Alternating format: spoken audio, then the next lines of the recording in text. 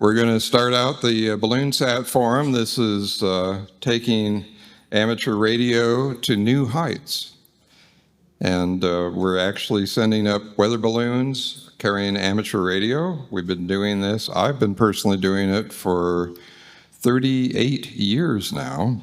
And I launched my very first one from my farm in Findlay, Ohio. And it was on a weather balloon carrying an ATV transmitter and a little 2-meter CW beacon. And I launched it on August 15th, which was my birthday. So it was a big birthday balloon. And that was the first balloon launched carrying TV in America. There have been previous flights carrying amateur radio, some on the very big, large balloons they do from Texas and New Mexico. But this is on an actual small weather balloon. And ever since, there have been groups and colleges and schools and even middle schools and elementary schools flying balloons. And it's a poor man's space program and allows you to send currently, I'm working on these small Pico balloons that transmitter weighs half an ounce.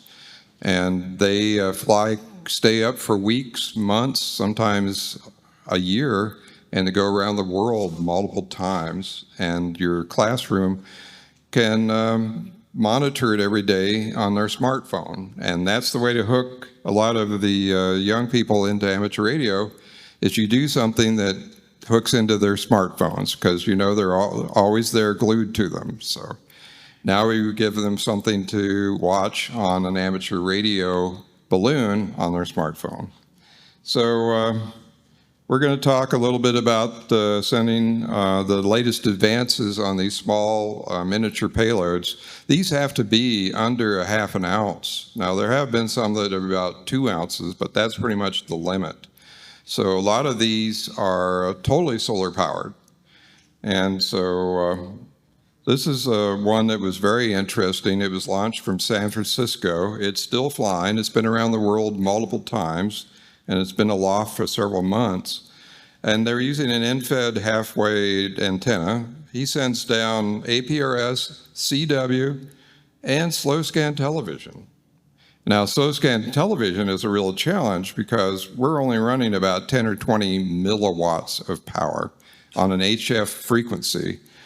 He's using an HF, he sends on 40 meters, 20 meters, and 10 meters with this end-fed half-wave.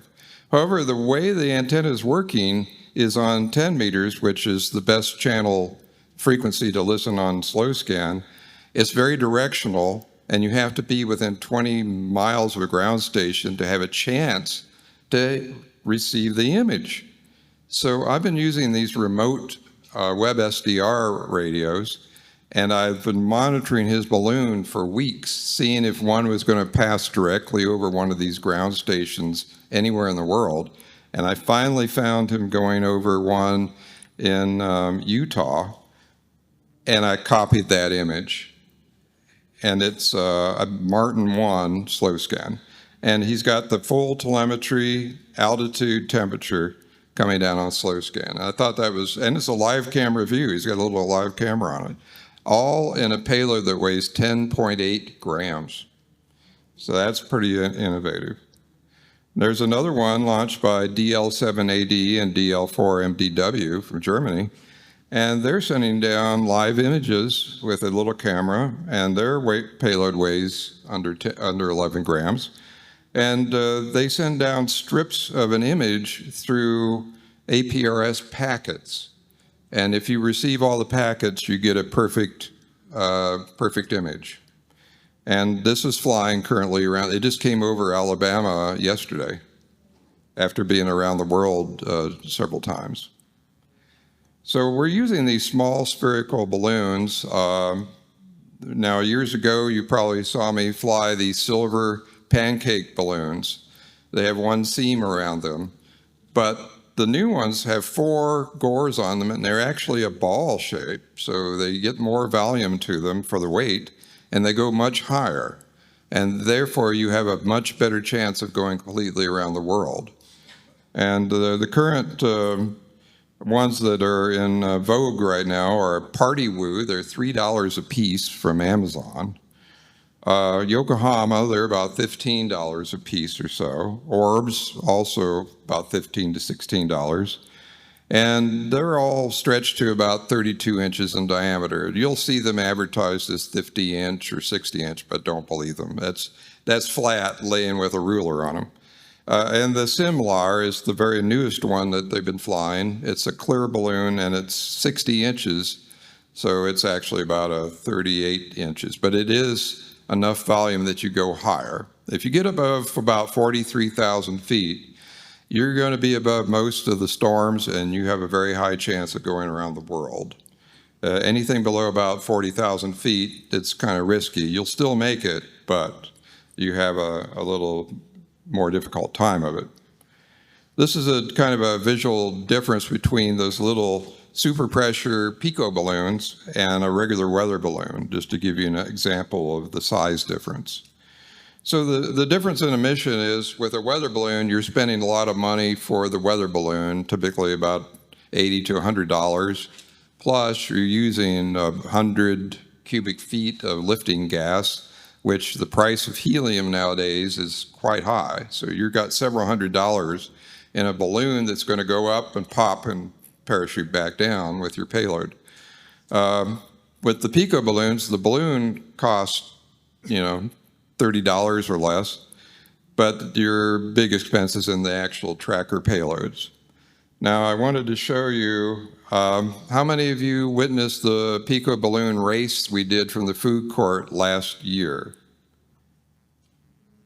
So this is the Hamvention launch we did from the food court, W8BI on the left, -11, and W8BI-12 on the right. And the one on the right, that the girl was flying, I believe she was 10 or 11. Hers went around the world twice, actually 1.99 times. It landed, it hit a storm in Iowa and came down 300 miles short of going around the world 2 times. And the student on the left, his balloon went all the way to Israel. And at the time, they were having the big battle over Gaza, and we think maybe something might have happened bad to the balloon, because it was never heard from again after Israel. 9, 8, 7, 6, 5, 4, 3, 2, 1, liftoff!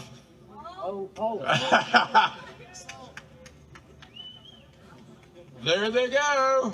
They are transmitting, I see. Yeah, well, they should be. Now, those were on APRS, and we're going to do that again today, somewhere between 1 and 1:30, right after the forum. It'll take me about a half hour to inflate the balloons, and then we're going to bring them out and near the flagpoles at the food court. Just look for us around 1 o'clock.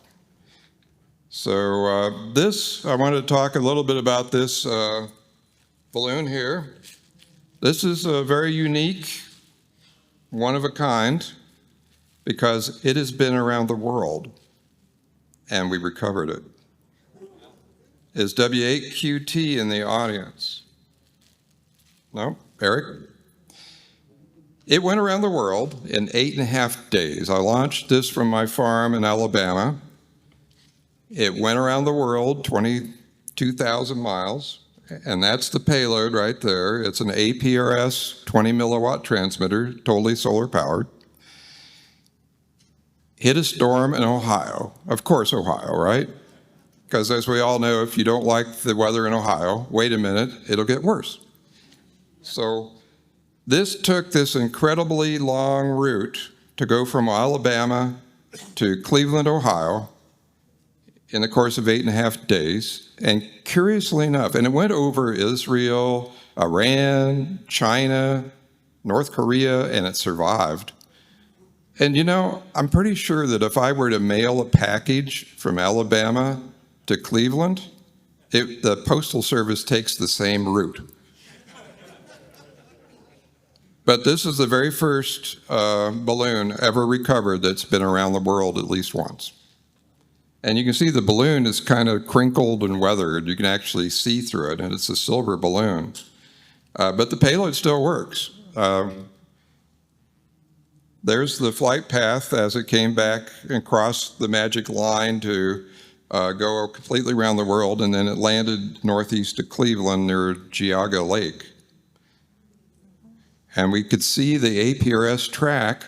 It was 80 feet up in a tree, and it was hitting a digipeater 10 miles away for several days, and it was W8QT digipeater. And I emailed him, Eric Bartholomew, and he went out and he found it up in the tree. It was 80 feet up, and he hired a tree climber to go up and get it, and we recovered it. So thank you, Eric, W8QT, for this remarkable recovery. So it's called balloon mail. I'm still working on that final delivery stage, but it's worldwide delivery. So with that, any questions? And then I'm going to have some demos here. And we'll have this in the table back there that you can take a look at the balloon and the tracker. And go ahead and set that down for a minute. Or actually set it on the table there as we find. You can come up and see it there. Question. Yes. Ground stations. Can you talk more about that? Okay, with APRS on 2 meters, there's a real challenge because as you go around the world, the frequency changes.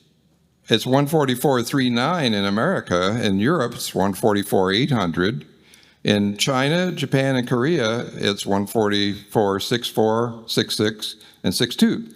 I don't know why they couldn't agree. So I have to draw a geofence around every region and switch the transmit frequency if I'm in that zone, because it's a frequency agile transmitter. So that, and then there are certain areas of the world where there aren't very many ground stations. And so that's, there's going to be gaps in the data. So I also fly whisper balloons, and those are thousands of miles coverage. So I usually with a 10 meters have been really hot lately, so I've been flying a lot of 10-meter balloons on a whisper band. And what we do there is we embed telemetry by sending the standard whisper sequence, which is just your call sign, a 4-digit grid, and power.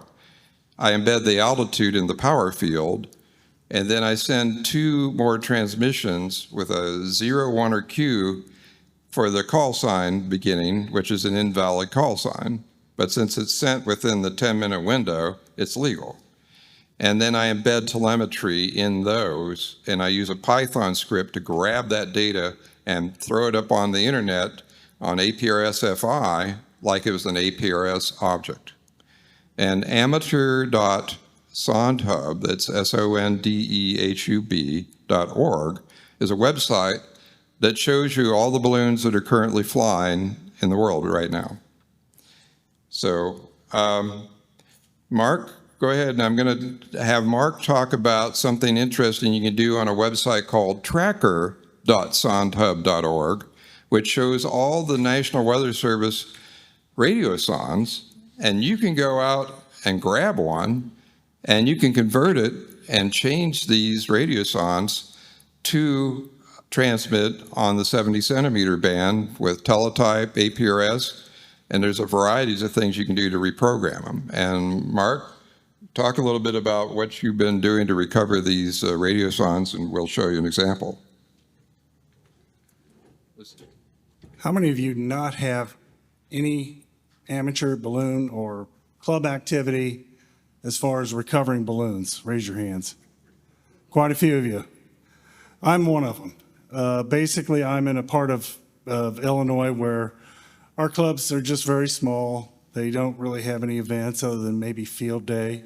And that's about it. And I was always looking for a way to do some fox hunting and such. And they would occasionally do ones every now and then, but wasn't enough really to keep things going. So I started looking at some of the radiosondes that were being launched by the National Weather Service.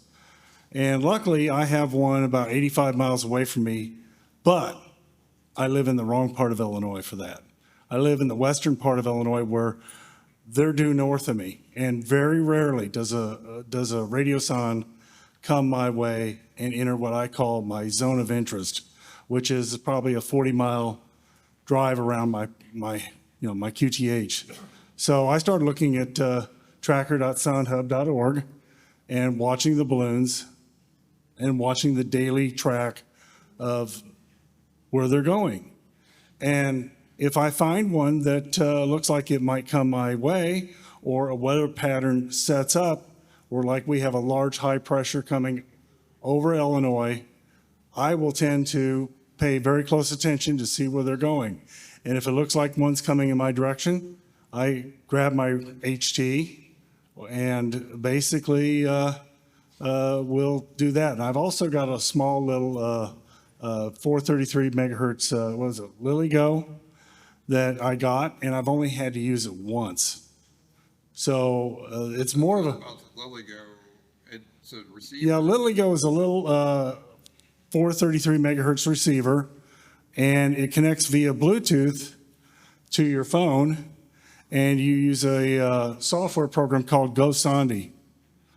And that basically will tell you, it'll lock onto the balloon. You tell it the frequency that the balloon's on. It will collect that information, display it on its little screen, and send it to your phone with the GoSonde app, and then draw a map or draw a direction and distance to the device. And if it's like down in the bushes, or in my case, the time I did use it, I tracked it RF-wise to a field, but I couldn't see the balloon. I couldn't see the parachute, couldn't see anything. This is what I'm hunting. This is a actual radiosonde that I caught in Illinois here about 3 weeks ago. It has a parachute. It has of course, the graw that they're using now. It has that. There's what's left of the balloon envelope. It cut it nice and flush with the nozzle. And there's a flight train and a parachute. I couldn't see this orange thing fluttering in a soybean field. I couldn't see it at all. I knew it was in the field, but I didn't know the distance. So I got out the little LilyGo and said, okay, it's that direction, 800 meters. So I took off walking. And this radiosonde landed in between the rows and laid down perfectly. And I could only see it about 100 feet away because I turned around and actually walked up the field. Normally, I'll say this, do try to get permission to recover these in a farmer's field or any private property. Do ask. Tell them what you're doing. Tell them what you'd like to do. Tell them that, it's down in the field. But do try to get permission. You don't want to trespass because that could be a whole world of hurt. Most people are very open to having you go out and recover it. This is kind of a liability for a farmer. He doesn't want to get it caught in his combine. That's the term I use. You don't want this balloon or the transmitter or the plastic or the flight string getting tangled up in that. So you're doing him a favor. Treat his crop with respect and treat him with respect. If he says, no way, Jose, or I want to go out and get it, by all means, involve him. When you involve people, it's half the fun. And also, do take a moment to get to know the people around your area. Because if you're out hunting and you recover this, be sure to note that it's been recovered because you may have somebody else trying to go after this. So try to get in communications with people that are local to you and go out and try to get it recovered. The batteries last about 6 hours after flight. This one still has a little battery left, so if anybody's got an HT, I can turn this thing on. You can hear what it sounds like. But that's pretty much it. It's a thing to do when you're bored, and they fly twice a day. Although some National Weather Service offices are suspending some of the operations and flights. So you're going to have to kind of kind of keep an eye on what's going on, do the budgets and stuff, since some of them have been cut. So I'll have this up on the table as well with Bill's flight.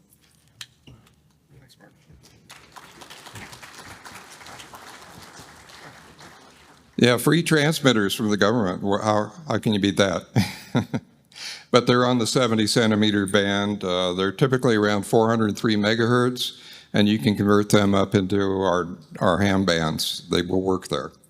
And there's several sites you can go to figure out how to modify it to do APRS and teletype or Morse code. If you do fox hunting, these would be a great little fox hunter transmitters. So, and yes. Coordination is required with the FAA To launch a balloon? Oh, if you're not near a huge airport, you really don't need to do anything, but it's always a good courtesy to file a notice to airmen, a NOTAM, and specify your location and the time. And that's just, you call 1-800 Brief and just ask for their highball division, means high altitude balloons, and just say, I'd like to file a NOTAM. So now if you're near a big airport, it also is a good idea to call the tower and ask them when the best time to fly for the least amount of air traffic, because we usually ask for windows when we're launching from the university. So with that, I'm going to introduce Ken Piper, KD8PZU, and he is going to show you a little bit about Meshtastic. How many of you heard about Meshtastic? He's got some interesting concepts of launching a Meshtastic node on a high altitude balloon, mostly latex balloons, but he's got one small enough that potentially could launch on a Pico balloon.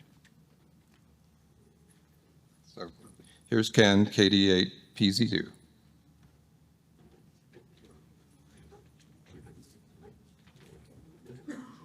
Okay, so there was a lot more hands about Meshtastic than I thought there would be. I guess I don't really have to explain too much. I'll keep it brief as far as what Meshtastic is, what mesh stuff is, because it's kind of taken off. In your typical, like say if you have like your phones or your tablets and stuff, when you want to get on Wi-Fi, all of those devices have to connect to one specific point, your router. That's called a star network topology. So with these mesh devices that are taken off, there is no client and router. Everything is a client and a router. So all of the devices that are in an area can receive those, any sort of data, like telemetry data specifically for like weather balloons. And they can all rebroadcast it. And this means that although you have very small transmitters, I don't know if you can even see this thing from all the way back there. I'll have it back on the table back there with the rest of the stuff to look at it closer. Although you have very small ones, small transmitters that can't go very far themselves, as long as you have many of these transmitters all over the place, they can hop along, and then you wind up with signals that can, go tens or even hundreds of miles. And these, obviously, we're at Hamvention. There's a whole lot of ham radio operators here, so you already know about things like HF and VHF and UHF. These actually use the 900 megahertz band. Sometimes you can have them in ISM, so they're unlicensed. Other times, if you want to run more power, you can run it under Part 97 for ham rules. But when you get into upper UHF, it's very line of sight. And as Bill was saying, these right here, this particular device is 2.85 ounces, so it's just a little bit heavier than what's needed for the Pico balloons. But with a little bit of work, these can be made light enough that it can fly on one of the very low-cost Pico balloons. But because this is extremely line of sight, if you can send it up on a balloon and get it, 30, 40, or even 50 plus thousand feet in the air, it's going to have a very large area that it's going to be able to see. So the transmissions from these little things here can go potentially hundreds of miles. And if you were to put environmental sensors on these, such as temperature, humidity, pressure, you can even do things like particulate matter sensors and GPS receivers. You can actually get that sort of telemetry to go, like I said, many hundreds of miles with just a little tiny thing here. And these also, because they are so small and low power, they can be run off of solar. This particular device here actually uses not a whole lot more power than like Bill's, his Pico transmitters that he's got. So they can be solar powered. They're extremely small and lightweight. Like I said, they support all sorts of different environmental sensors. If you want to fly it around the world, there is some things you have to watch out for with that. Just like Bill was saying with APRS, how there's different frequencies for different regions. That same thing would have to be done where you geofence it. But yeah, I think it's going to be quite interesting to see how far we can get on this. If you wanted to check this out later, when we hopefully fly this one, we will have this running on long fast. And I'll be available to answer questions about that right after this. And where do you get these boards from? I forgot to mention that. So these here, this particular board is, it's made by Seed Studio. It's what they call a Shao form factor. So again, I'll have it back there because it's going to be too small to see, but it's just that little tiny black speck right there that's not much bigger than my thumb, and that has the microcontroller, the GPS receiver, and also the 915 megahertz LoRa radio that's on it. And these are extremely low cost as well. So that entire board without GPS was about $13, and then an extra $10 for the GPS receiver.